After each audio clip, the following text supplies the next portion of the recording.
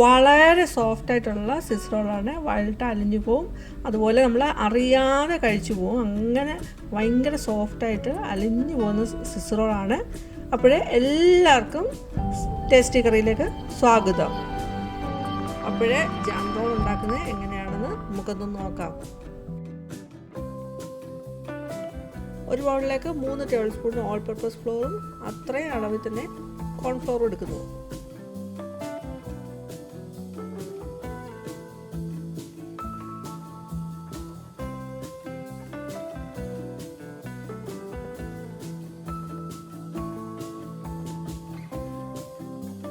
നന്നായിട്ട് മിക്സ് ചെയ്യാം.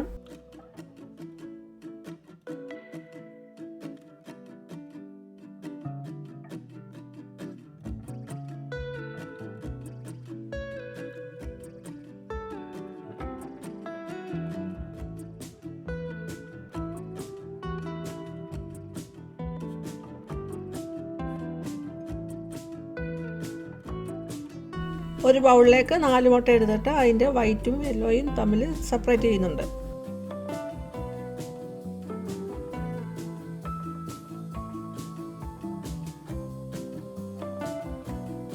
എഗ് വൈറ്റിലേക്ക് ഒരു പിഞ്ച് ഉപ്പും 1 ടേബിൾ സ്പൂൺ നാരങ്ങാനീരും ഒഴിച്ചു കൊടുക്കുന്നുണ്ട്.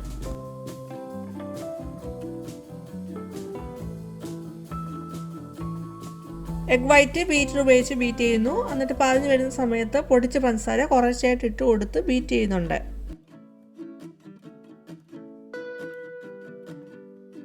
മൊത്തം 6 ടേബിൾ സ്പൂൺ പഞ്ചസാര എടുത്ത് പൊടിച്ചിട്ട് പകുതി എഗ് വൈറ്റിലോട്ടും പകുതി എഗ് യോക്കിലോട്ടുമാണ് ചേർക്കുന്നത്.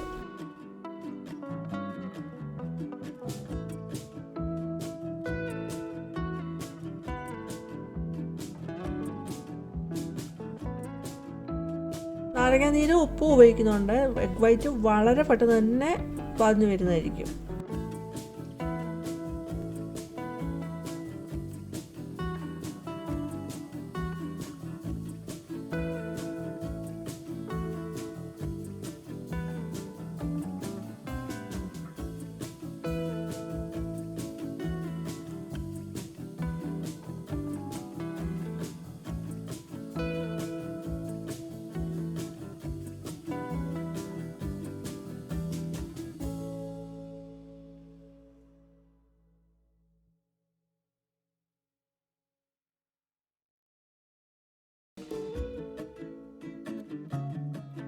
എഗ് വൈറ്റ് നന്നായിട്ട് പതിഞ്ഞിട്ടുണ്ട്. ഇനി ഇത് മാറ്റി വെക്കാം.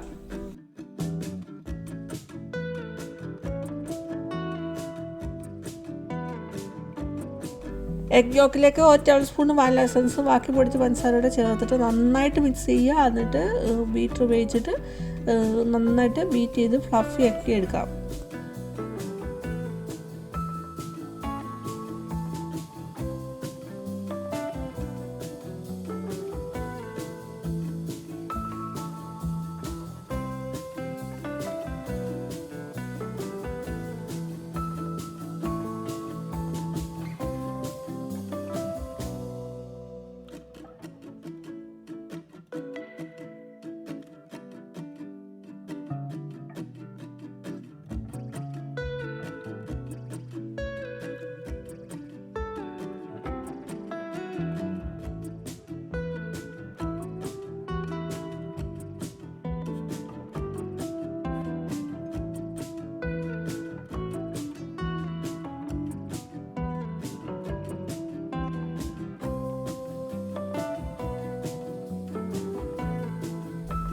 അങ്ങനെ ബീറ്റ് ചെയ്ത് ഫ്ലഫി ആയിട്ട് വരുന്ന സമയത്ത് അതിലേക്ക് 4 ടേബിൾ സ്പൂൺ വീതം ഓയിലും പാലും ഒഴിച്ചു കൊടുത്ത് നന്നായിട്ട് ബീറ്റ് ചെയ്തെടുക്കുന്നുണ്ട്.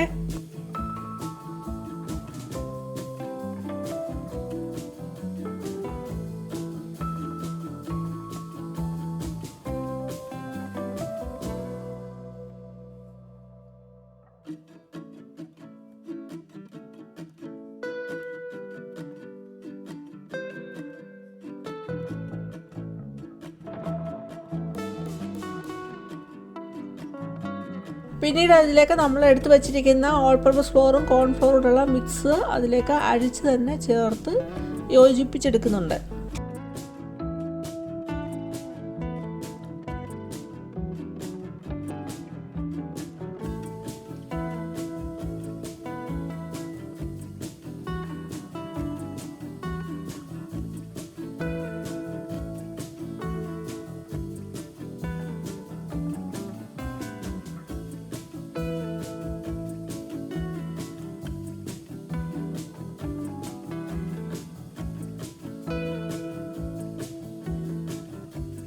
അപ്പോൾ ഇത് നന്നായിട്ട് മിക്സ് ചെയ്ത് വന്നിട്ടുണ്ട്. ഇനി ഇതിലേക്ക് നമ്മൾ പതിപ്പിച്ച് വെച്ചിരിക്കുന്ന മുട്ടയുടെ വൈറ്റ് കുറേശ്ശായിട്ട് ചേർത്ത് ഫോൾഡ് ചെയ്ത് മിക്സ് ചെയ്തെടുക്കാം.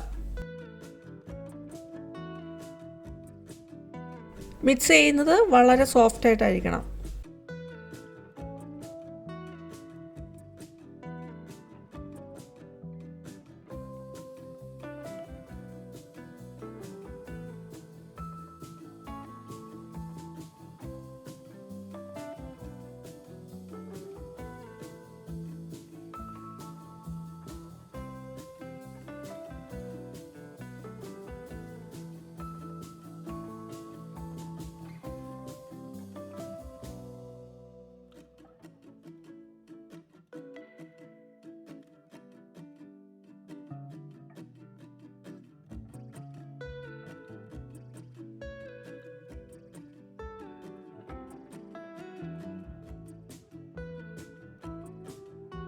ഇപ്പോഴേ എഗ് വൈറ്റ് നന്നായിട്ട് മിക്സ് ചെയ്തെടുത്തിട്ടുണ്ട്.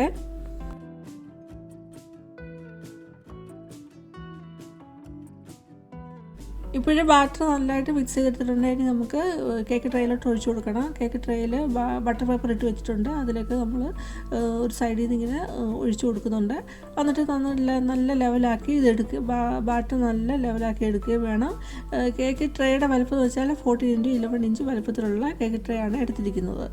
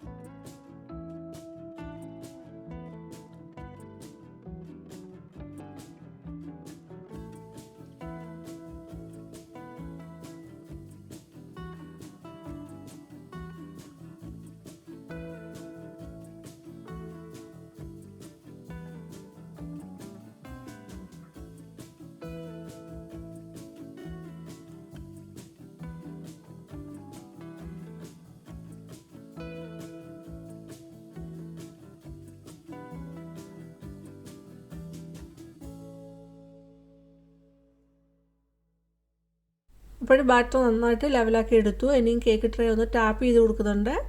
ടാപ്പ് ചെയ്ത് കൊടുത്തിട്ട് നമ്മൾ 10 മിനിറ്റ് പ്രീ ഹീറ്റ് ചെയ്ത് 180 ഡിഗ്രി സെൽഷ്യസിൽ preheat 10 minute preheat ചെയ്ത് വെച്ചിരിക്കുന്ന ഓവനിലോട്ട് 180 ഡിഗ്രി സെൽഷ്യസിൽ 30 മിനിറ്റ് ബേക്ക് ചെയ്തെടുക്കുന്നുണ്ട്.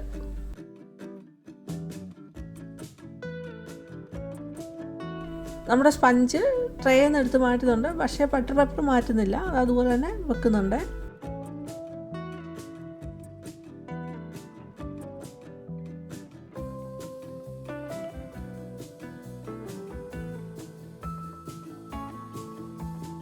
അതേപോലെ സ്പഞ്ചിനെക്കാട്ടി കുറച്ചുകൂടെ വലുപ്പത്തിലുള്ള 2 ബട്ടർ പേപ്പർ എടുത്ത് വെക്കുന്നുണ്ട്.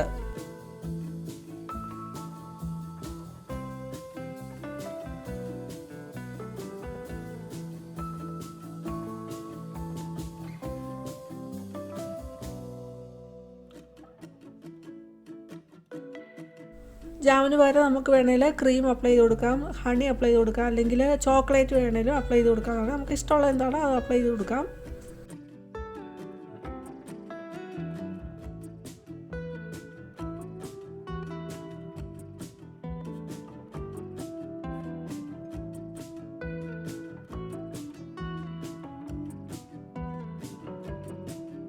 നമ്മുടെ സ്പഞ്ചിൽ ജാം അപ്ലൈ ചെയ്ത് കൊടുത്തിട്ട് അത് നമുക്ക് നന്നായിട്ട് ടൈറ്റായിട്ട് റോൾ ചെയ്തെടുക്കാം.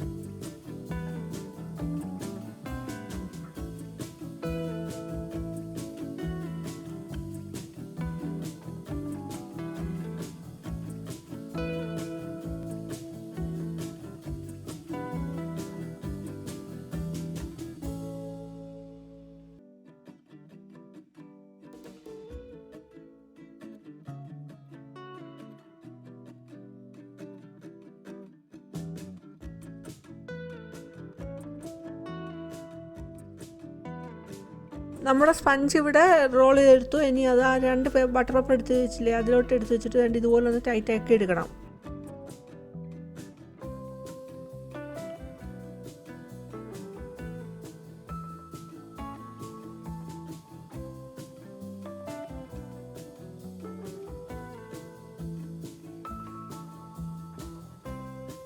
അങ്ങനെ ടൈറ്റാക്കി എടുത്തിട്ട് 2 സൈഡും ഒന്ന് ബട്ടർ പേപ്പർ ഒന്ന് ചുരുട്ടി വെച്ചിട്ട് നമുക്ക് ഫ്രിഡ്ജിലോട്ട് നമ്മൾ 2 മണിക്കൂർ സെറ്റാകാനായിട്ട് ഒന്ന് തണുത്ത് വരാനായിട്ട് വെച്ചിട്ടുണ്ട്.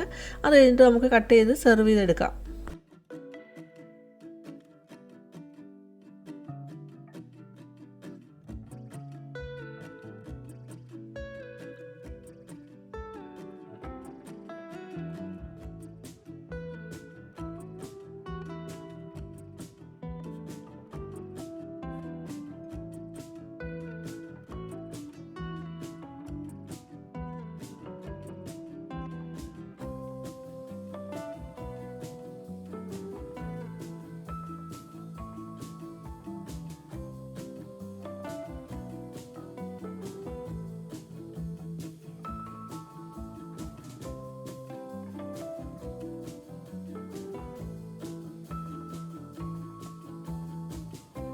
അങ്ങനെ കുട്ടികളും മുതിർന്നവരും എല്ലാവരും കഴിക്കാൻ ഒരുപോലെ ഇഷ്ടപ്പെടുന്ന ജാം റോൾ അഥവാ സ്വിസ് റോൾ ഇവിടെ റെഡി ആയിട്ടുണ്ട്.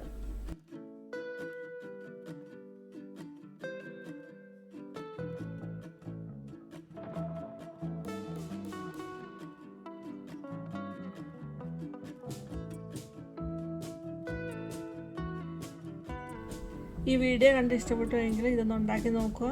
എന്നിട്ട് നിങ്ങളുടെ അഭിപ്രായങ്ങൾ പറയണം. അതുപോലെ ആദ്യമായിട്ട് കാണുന്നവരെ വീഡിയോ മുഴുവൻ കണ്ടിട്ട് വേണം സബ്സ്ക്രൈബ് ചെയ്യാൻ. അതുപോലെ ലൈക്ക് ചെയ്യാനും നിങ്ങളുടെ ഫാമിലിക്കും ഫ്രണ്ട്സിനും ഒക്കെ ഒന്ന് ഷെയർ ചെയ്യാനും ഒന്നും മറക്കരുത്.